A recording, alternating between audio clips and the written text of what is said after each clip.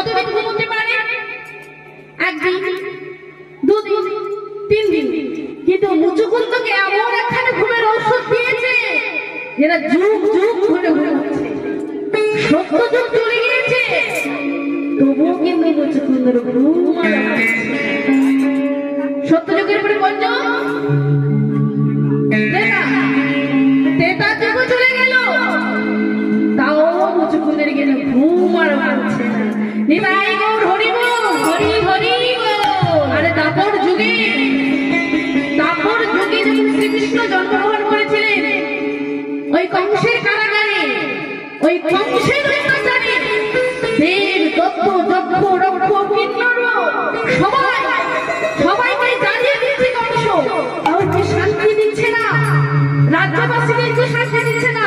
সবাই শুধু ভগবানকে ডাকছে, হে ভগবান, হে দয়া, তুমি কবে আমাদেরকে রক্ষা করবে এই দুরাচারের হাত থেকে? এই পাপাচারের হাত থেকে তুমি কবে রক্ষা করবে দয়াময়? তুমি রক্ষা করো প্রভু, তুমি রক্ষা করো। ভগবানকে যখন আকুলিত ব্যাকুলিত মনে যখন ডাকা হয়, ভগবান সব সইতে পারে, ওই যে ভক্তের অহংকার সহ্য করতে পারে না। কংস অত্যাচার করতে করতে করতে করতে অত্যাচারের ভাড়া যখন ভরে গিয়েছিল, ওই কংসের কারাগারে কংসের ভগিনীর উদরে জন্মগ্রহণ করেছিলেন কে?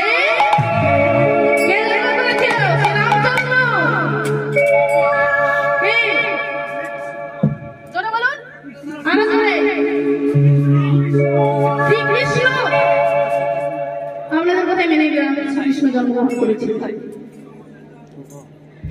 ওই কংসের কারাগারে যখন কৃষ্ণচন্দ্র জন্মগ্রহণ করেছিলেন, ভগবান দৈবকী করে বলেছিলেন, পিতা তুমি আমার মস্তকের উপরে নাও, আর মস্তকের উপরে নিয়ে আমাকে যমুনা পার করে ওই নন্দালয়ে নন্দ ভবনে তুমি রেখে এসো।